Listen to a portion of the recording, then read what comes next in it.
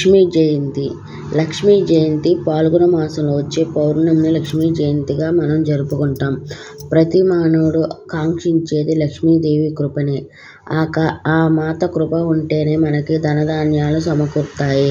తద్వారా సుఖమైన జీవితం లభిస్తుంది. అందుకే ప్రతిరోజు లక్ష్మీదేవిని పూజించాలి, స్మరించాలి. లక్ష్మీదేవిని భక్తిగా ఆరాధించినంత మాత్రాన ఆమె కరుణ ఉండదు.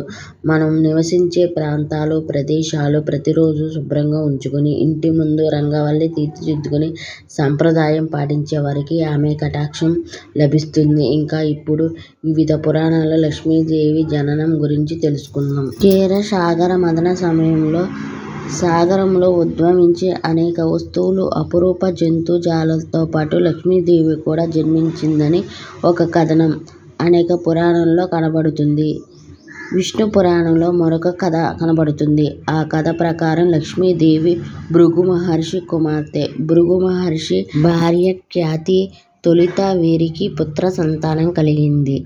కానీ పుత్రిక కోసం జగన్మాతను ప్రార్థించి ఖ్యాతి చేసిన ప్రతిఫలమే లక్ష్మీదేవి. విష్ణుమూర్తిని ఆమె వివాహమాడింది. లక్ష్మీదేవి కటాక్షం కోసం చేయవలసిన పూజలు, చదవవలసిన మంత్రాల గురించి పురాణాల్లో అనేక చోట్ల అనేక కథలు ఉన్నాయి.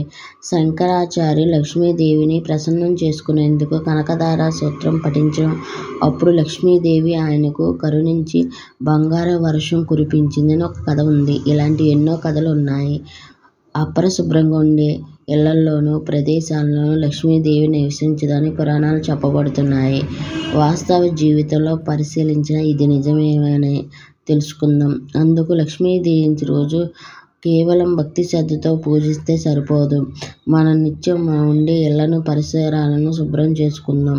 లక్ష్మీదేవికి కృపకు పాత్రులవుదాం. శ్రీమాత్రే నమః.